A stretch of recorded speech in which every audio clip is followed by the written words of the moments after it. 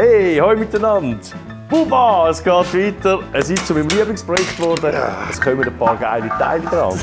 Passt auf!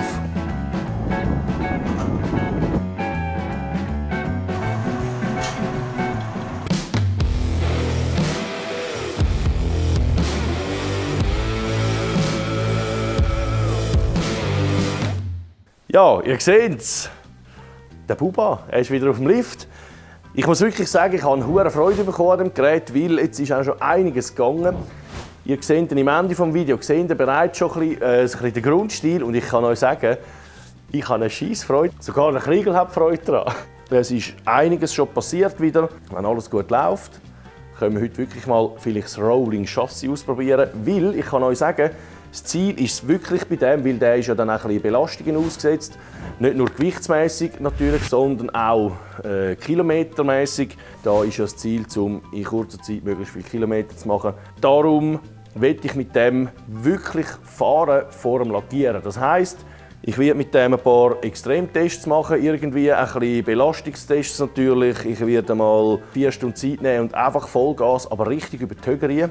Hinten den Kriegel einladen oder irgendetwas, einfach so irgendwie 50, 70 Kilo hinten einladen und einfach das Ding testen. Und dann das Diff auseinandernehmen und schauen, wie sind die Abnutzungsspuren und so weiter. Das ist mir sehr wichtig bei diesem Teil. Und ich würde sagen, wir starten. Also, zuerst mal da hinten optisch natürlich gerade erkennbar. Da war ja die Halterung für die Rakobox. Das war einfach so ein Röhrchen mit 2 Streben drin. Das musste weg, weil Rakoboxen ist jetzt optisch nicht gerade das Highlight natürlich, oder? Und ihr seht, ich habe jetzt hier ganz einfach die 3 Streben hier gemacht. Das habe ich mir jetzt erlaubt, um da hinten das anzuschweissen. Das ist aber das Einzige, was mit Schweissen zu tun hat. Die Streben hier, die kommt dann wieder rein, aber ein bisschen anders, ein bisschen kürzer. Weil da hinten gibt es einen Kofferraum und der wird richtig geil. Aus Aluminium das mal, nicht aus Holz. Einfach zum Gewicht sparen. Schutzblech, das ist alles schon fest angeschraubt. Klar, es sind nicht die finalen Schrauben, es hat noch dort und da, wo man dann vielleicht Stoppmutter nimmt und jetzt sind es normale, aber zum Testen langt das. Und ich würde sagen, wenn wir schon beim Heck sind, dann machen wir da weiter. Da haben wir die schönen Schutzbleche vom Moffenkult, die sind wirklich wunderschön. Haben wir uns für die entschieden. Da innen sogar mit diesen Halterungen angepunktet für Stromkabel. Weil da müssen wir die recht leicht machen. Wir wollen wirklich eine gute Beleuchtung. Sehr, sehr wichtig, gerade wenn man in der Nacht unterwegs ist. Dämmerung und so weiter. Ist also Licht etwas sehr, sehr Entscheidendes. Ich habe jetzt die alle neu bohren. Die sind irgendwie nicht in der Mitte gewesen. Wahrscheinlich hat das mit dem Schutzblech zu tun gehabt, aber das macht nichts, weil die Löcher, die machen wir dann einfach zu. Das kommt natürlich nachher anders, wahrscheinlich mit Stoppmütterli oder grünen Loctite und Hutmütterli, einfach wegen der Optik ein bisschen. Aber das langt jetzt völlig. Das hebt, da müssen wir gar nicht gross irgendwie die schönen Schrauben und Mutter brauchen, wenn sie nachher sowieso wieder geändert wird. Die Halterung von diesen Schutzblechen, das ist ja auch abartig, oder? Aber wie gesagt, wir wollen möglichst wenig an diesem Ding verändern. Am Rahmen nichts verändern, nichts abtrennen und so weiter. Einfach weil wir mit dem natürlich offiziell umfahren. So. Das war es jetzt auch schon. Jetzt bremsen. Weil das müssen wir natürlich alles auch testen. Wir müssen natürlich auch schauen, wie funktioniert das mit der hinteren Bremse. Da ist ja die ganze Bremsankerplatte-Geschichte ist ja fix, aber ein Teil vom Rahmen eigentlich.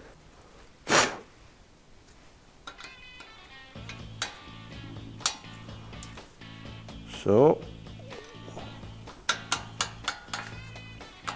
Genau. Wunderbar. Das wird jetzt natürlich noch lustig, weil normalerweise spanne ich die natürlich im Schraubstock ein. Jetzt schauen wir mal, wie wir das sonst anmuckeln können. Da brauche ich schnell eine Rohrzange. So. Jetzt ist nicht die feine Englisch, aber irgendwie muss man das ja machen. He? Ja, das hat sogar geklappt.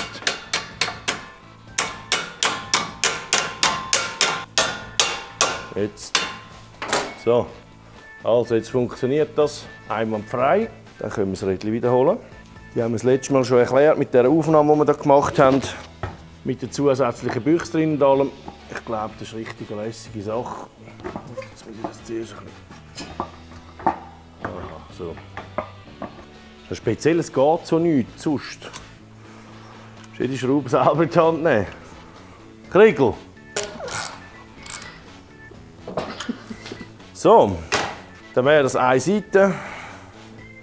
Ich meine, eben, da kann man absolut nichts mehr verändern. Das ist einfach, wie es ist.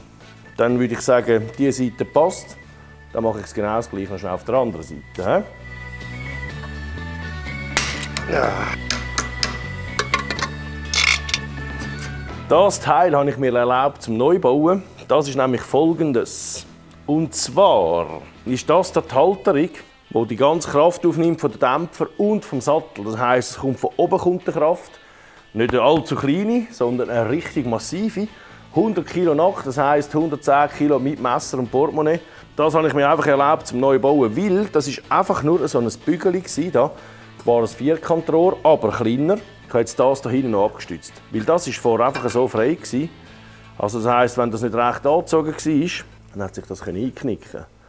Also völlige Fehlkonstruktion, meiner Meinung nach. Und was noch dazu kommt, wo habe ich es? Kriegen wir einen Hassbrief von dem Konstrukteur von Buba. Ja. Ja, das ist, da hinten hat es so ein Läschchen, das Ding dann. Und das alte Teil ist einfach da angestanden und wahrscheinlich einfach durch einen riesen Zufall nie eingeknickt. Nein, wahrscheinlich hat es schon gelangt, natürlich. Das war die Stütze, aber naja, kann man machen, sollte man aber nicht. Und deshalb machen wir jetzt das folgendermaßen. Eben wie gesagt, es hat nie oder nicht überall Ausscheiben drunter. Das ist aber absolut bewusst so, weil wir tun das alles nachher, nach dem Testlauf machen wir das alles dann recht. He? Natürlich ist diese Halterung da, die kommt auch noch da unten an. Das ist die ganze Fußrastengeschichte. Da, wo die hellen Stellen, also wo die abgeschliffenen Stellen sind, da sind die Halter dran für das Fußrastenblech. Und ich habe gedacht, das sieht irgendwie nicht so stabil aus. Ich habe es dort mal ein bisschen gewärmt. Und prompt ist es abgefallen, das war nur gelötet. Das kommt dann im nächsten Schritt, da bin ich aber noch nicht ganz sicher, wie ich das optisch schön mache. So, dann ist es die Halterung da und da vorne kommt das Ganze dann mit dem Tank an die Vorderhalterung. Also es ist wie vorher alles geschraubt und von dem her absolut im legalen Bereich. He? Bis jetzt noch. Da hinten Dämpfer natürlich, die Aufnahme die hat sich nicht verändert. Die werden wir dann wahrscheinlich im Winkel noch ein bisschen anpassen.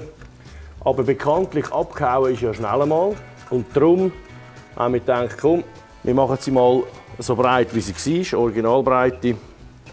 Kürzer kann man sie dann immer noch. Wir haben einfach gemerkt, dass die ganze Sache einfach extrem schwummrig ist, immer noch. Trotz der grossen Dämpfer. Es ist besser geworden. Es ist viel besser geworden, aber natürlich haben wir hier in diesen Dämpfer die Gummi. Und die Gummi ist halt, Gummi ist ein weiches Element und das federt. Das heisst, wenn der Teil fix ist und wir bewegen da dran, dann sehen wir, das schafft einfach in dem Gummi rein wie die Sau. Und das darf natürlich nicht sein, weil wenn da meine Wenigkeit drauf hockt und in jeder Kurve macht das hinten dran, der da, dann geht alles auf das Gelenk.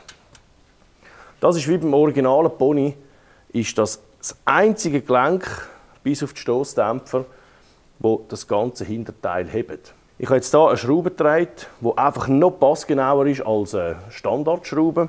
Ich habe die Mutter noch angeschweißt, dass es einfach noch ein bisschen mehr Auflage hat. Also jetzt kann man das ganze Paket zusammenziehen. Aber nichtsdestotrotz, natürlich auf 60 cm Weg macht 500 Spiel in einer Schraube halt auch viel aus. Und darum machen wir wahrscheinlich am Schluss dann da hinten noch Stabiane, also wie Querlenker beim Auto. Stabilisatoren, die auf einer Ebene sind zum Gelenk, also auf dieser Ebene, gehen die dahinter, von diesem Punkt zu diesem Punkt. Und das macht natürlich den Vorteil, wir haben nachher ein Dreieck und dann schafft es absolut nicht mehr. Die Dämpfer können aber natürlich in der Höhe sich verändern, weil das sind mit Kugelgelenk dran. Aber seitlich passiert nichts mehr. Also wichtig ist immer die Höhe.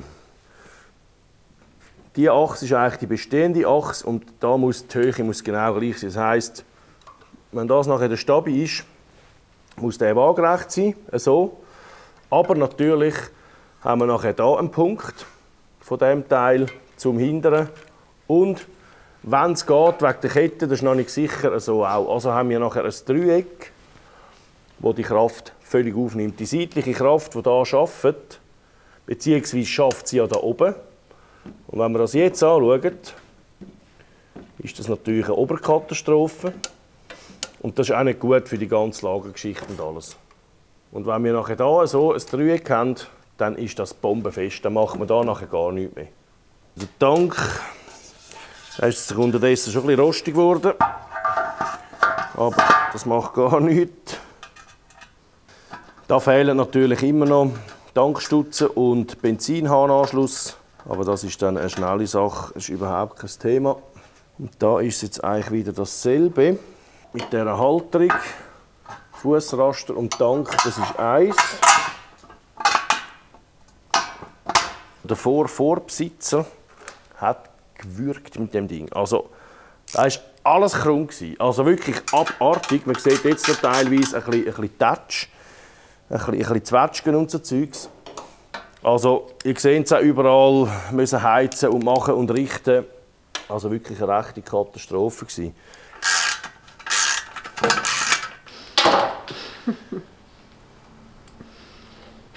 Ja, so allein ist schon nicht so lustig. Ist auch lustig, aber nicht ganz so. He? Natürlich. So mit den beiden Spaßbremsen, Fiebe und mir. Es ist einfach schlecht aufteilt. 2 Kameras, 1 Schrauber. Ich finde das super so. Ja, gell? Ja. Sehr ineffizient. Das stimmt, das ist jetzt natürlich euer Tag heute mal, ausnahmsweise. So, hebt. Also, jetzt kommen wir eigentlich zu den lustigsten Sachen. Und zwar, optisch, was da viel verändert, ist immer Lenker. Was kommt für ein Lenker an? Lampe, die habe ich auch schon. Danke Marc an dieser Stelle, weil eine geile Eierlampe.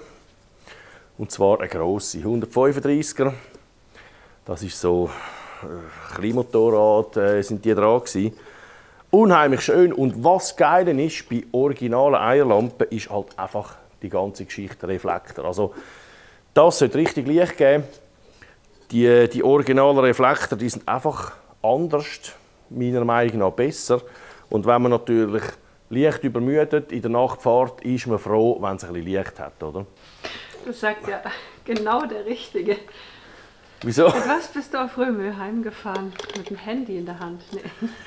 Ja, da haben wir eine Taschenlampe vom Helge, haben wir an der Hamber, meinst du? Ja. Die ist leider bis heute noch immer so sandig von dort. Ja, dort Die haben wir noch Taschenlampe oder der eine Hammer? Taschenlampe haben wir angeklebt. In Röme. Ja, es ist dunkel geworden, ich wollte noch nicht heim.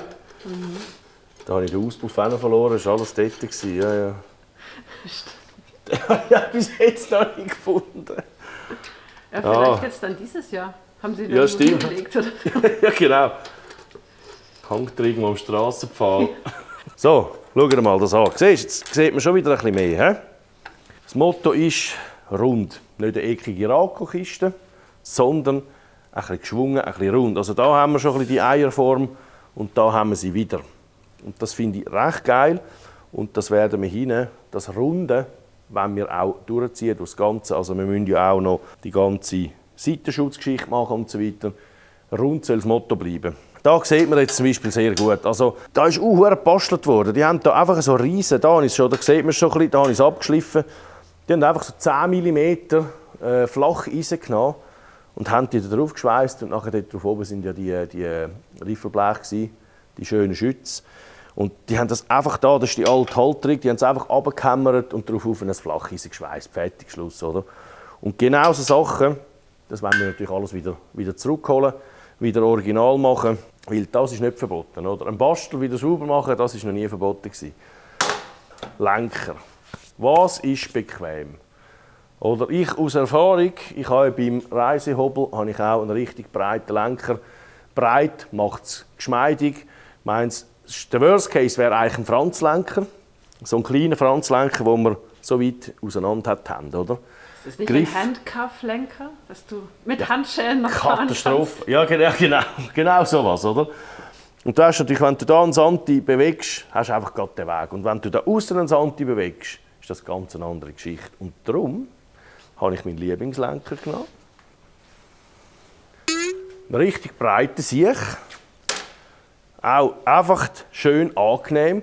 Und das ist, finde ich, auch immer wichtig, wenn man so Feuer langt, dass man da nicht die Hand bricht, quasi, wenn man schalten muss, sondern dass der Winkel, dass das einfach etwas stimmt. Macht natürlich fürs Fahrverhalten sehr viel aus, gerade wenn man 10-12 Stunden Stück auf dem Hobel hockt. So Details merkt man, oder? Den Lenker hat es jetzt aber nicht gegeben mit der Gabelplattenaufnahme, sondern nur mit dem Vorbau. Das heisst, mittig einmal geklemmt. Und da habe ich jetzt einfach ein Teil gedreht. Das Mittelstück, das geht etwa 20 mm in den Lenker rein jeweils. Dann reingeklopft und verschweißt. Und da sieht man, gerändelt. Das ist eigentlich sehr wichtig, dass der Lenker sich nicht bewegt, oder? Klar, die man kauft, naja, die haben wohl optisch haben die so ein bisschen Rändchen, aber das ist halt wirklich, da spürt man es auch, man hört es, glaube ich. Also es hat wirklich einen Rand. Das ist wirklich dicker im Durchmesser als da innen, oder? Und das ist auch eine richtige Rändung eigentlich. Das merkt man schon, wenn man den da drauf hebt, hebt eigentlich schon. Oder? Also das sind wirklich scharfkantige Zähnchen, die sich da in den Lack einbeissen. Und genau das ist auch das Ziel. Also von dem her sicher sehr eine stabile Sache. Dann fummeln wir mal schnell das Zeug da rein. Jetzt passen die Proportionen auch ein bisschen besser, oder? Weil vorne jetzt auch groß ist und nicht nur hinten. Sehr gut, Uta. Das ist genau das. Ja, genau, weil ja, du sagst es richtig. Hinten so massiv und vorne so fein, das ist einfach absolut unpassend gewesen. Und jetzt haben wir eine grosse Lampe, wir haben einen grösseren Tank und natürlich auch einen grösseren Lenker. Also ist alles ein bisschen grösser geworden und auch ein bisschen geschwungener irgendwie. Es hat ein bisschen, ich finde, einfach eine schönere Form, oder? Und der Lenker, ja, eben, man sieht jetzt schon recht gut, es verändert sich optisch extrem, oder? Nur mit Tanklampenlenker. Tanklampenlenker. Tanklampenlenker. Das kann man nicht mehr in allen Situationen aussprechen. Was? Tanklampenlenker. Tanklampenlenker. Komm. Oder? So, im letzten Video haben wir natürlich gesehen, wir brauchen hier eine rechte Bremse. Jetzt haben wir auch den richtigen Lenker zum anschrauben. Das ist natürlich eine sehr gute Sache. Weil das soll ja schon bald einmal laufen, oder? Genau, da haben wir natürlich noch Gasgriff. Das soll alles sein wie richtig, weil ich wollte mit dem wirklich auch fahren. Gas. Klar, da muss ich natürlich dann auch noch eine neue Bremsleitung machen. Die ist natürlich gerade so ein bisschen zu kurz und die Winkel stimmen nicht. Aber für den Test funktioniert es ja trotzdem. Jetzt habe ich hier natürlich eine Achse gedreht, weil das andere Zeug hat mir nicht gepasst, was es gibt. Jetzt habe ich hier eine schöne Achse gemacht, auf die richtige Länge und alles. Und die kommt jetzt hier mal rein. Jetzt können wir im besten Fall... Ah, schau da, das Deckel, das habe ich auch noch gemacht. Das war ja ein Hinterradnabe, wo wir für vorne genommen haben, wegen der Optik. Weil wir haben ja überall die gleichen Räder, nicht vorne so eins und hinten die anderen. Und da ist klar, das hat natürlich darum auch eine Trommelbremse drin gehabt. Und wir haben zum Umbau auf Scheibenbremse. Jetzt der Deckel, den ihr hier seht, das ist quasi Distanzbüchse plus auch gleichzeitig aber gerade noch ein Abschluss. Oder? Also es ist abgeschlossen, es sieht sauber aus und gleichzeitig ist es aber auch Distanz.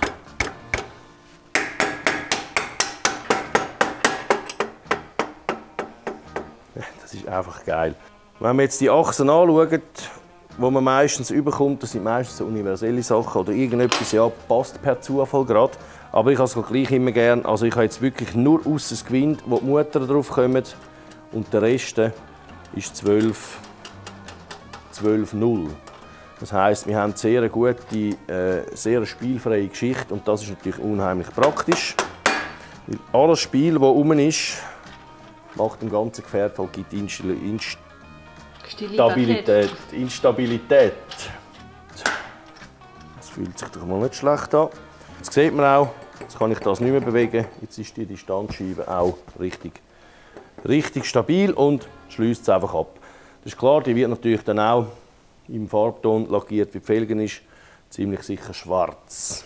Schwarz in schwarz wird das, kann ich schon mal versprechen. He? Selbstverständlich, irgendwo muss ja schon auch noch etwas extravagant sein oder, ich sage mal, nicht 100% legal. Und das ist natürlich der Motor, das wird ganz etwas Spezielles, kann ich euch jetzt schon sagen. Weil ich will ja die originale Optik behalten.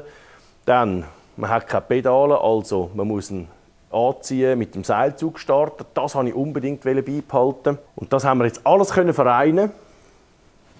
Aber das können wir das nächste Mal. Jetzt sehen wir zuerst einmal noch Trommelwirbel. Der Sattel. 40 cm breit. Harley-Sattel. Hey, abartig bequem. Da natürlich auch wieder eine Spezialhalterung, da Aufnahme aufs Rahmenrohr und da so ganz winklige, spezielle Stützen gemacht. Es federt ja da brauche ich da keine extra Federn, das wäre doppelt gefedert und das bringt nichts. Das kann man jetzt da einfach wunderbar einschieben und dann ist das fix. Weil da hinten, da kann man ja dann auch noch, da schweissen wahrscheinlich noch irgendwelche Laschen an oder irgendetwas, weil ich muss ja jeden Platz nutzen. Da hinten kommt der Kofferraum und da zwischendrin kann man wunderbar irgendwie das Mätteli, irgendetwas einschieben und da anbinden, oder? Natürlich, irgendwann, ich habe einmal Steißbein gebrochen, das war auch eine ganz lustige Geschichte. Egal, also nach 3-4 Stunden fängt es einfach an zu ziehen. Also auch im Auto, im Flüger, scheißegal wie gross das der Sitz ist, es fängt einfach an zu ziehen. Und mit dem muss ich einfach leben. Wie hast du dir das gebrochen? Ja. Aha. Spät nachts mal heimgekommen und habe den Schlüssel verloren. Und wir haben das dritte dieser Wege gewohnt. Und nachher, der Kollege war das einzige Fenster, das einigermaßen zugekommen ist. Also, der hatte so ein Holzunterständchen, so ein kleines Vordächchen. Ich dachte, haha, schlau, auf das Vordächchen geklettert. Und dann habe ich bei ihm das Fenster dran. Es hat aber um einen Meter hat's nicht gelangt. Also ich auch mit Gump, ich bin nicht an den Fenstersims gekommen. Dann habe ich gedacht, ja gut, geschaut, das Nattel ist im Sack. Abgenommen hat er nicht natürlich, das habe ich ja vorher schon probiert. Dann habe ich das Nattel ans Fenster gerührt, zum Klopfen quasi, oder? Ich dachte, ja, irgendwann gehört es dann schon, wacht schon auf. Nachher ist das Nattel abgeprallt und hinten aber in die Wiese. Also ich hatte nichts mehr zum Rühren. Dann bin ich ab dem Vordächchen runtergekumpelt. Dynamisch natürlich, wie eine Sieben. Dummerweise ist unten dran, das habe ich nicht gesehen, weil es dunkel war, ist der Scheitelstock. Das sind ja so Baumstrünke, oder? Und dann natürlich beim Abfedern bin ich voll auf den Scheitelstock gehockt.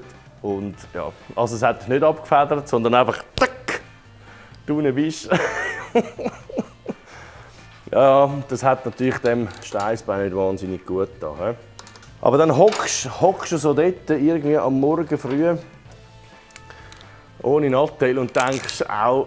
Ich arme Sau. Dann hockst du dort auf dem Scheitelstock und denkst, ja, das hätte jetzt wieder müssen sein. He? Wunderbar. So. Optisch ist das natürlich schon ganz etwas anderes, meiner Meinung nach. Weil wir haben, wie du schön gesagt hast vor Uta, wir haben quasi das Grobe von hinten, was nun mal einfach so ist. Es ist ein Buba, es ist und bleibt ein Buba. Das ist halt alles ein bisschen grob. Aber jetzt natürlich durch den 9-Liter-Tank, der nicht nur optisch viel hermacht, sondern natürlich auch, man kommt eine gewisse Strecke. Weil das Ding wird nicht übermäßig Leistung haben, sondern das Ziel ist, weit fahren können mit einer Tankfüllung. Weil jedes Mal absteigen ist natürlich ein Seich, da verliert man Zeit ohne Ende. Optisch etwas sehr Schönes. Die Eierlampe, ein absoluter Traum. der Lenker. Es ist einfach alles vorne auch ein bisschen massiver geworden, mit der Scheibenbremse natürlich. Und die braucht es einfach. Da redet man schnell einmal 100 Kilo. Das Gefährt wird auch 80 bis 100 Kilo haben. Plus noch die Zuladung von 50 Kilo, dann bist du bei 250 Kilo. Scheibenbremse vorne ist nie schlecht. Eine gute Gabel. Jetzt nehme ich das Ding gerade mal schnell da runter. Also rollen tut es einwandfrei. Ich kann euch sagen, da bist du gerade zu Hause. Das ist wirklich, das ist unglaublich bequem. Und vor allem hier die Winkel, es ist einfach hier auch ein leichter Winkel, nicht so und nicht so und nicht so und weiss ich wie. Gerade Rücken. Und die Federung, die habe ich jetzt auf der zweiten Stufe, glaube ich. Also ich könnte mir noch härter einstellen. Aber ich finde es gut. Wenn ich so natürlich hin und her in die Kurve lage, dann macht die ganze Achse eigentlich so zum Rest des Gefährts, oder? Und genau das tun wir dann mit den Stabis eigentlich noch verbessern. Ja, es bleibt ein Dreirad, aber es soll sich am besten fahrende Dreirad werden, wo wir im Haus haben. Und dann mal schauen, wie die Kurvenlage ist. Das gehen wir jetzt gleich testen. Kommen wir mit. Jetzt Hand in Schwung.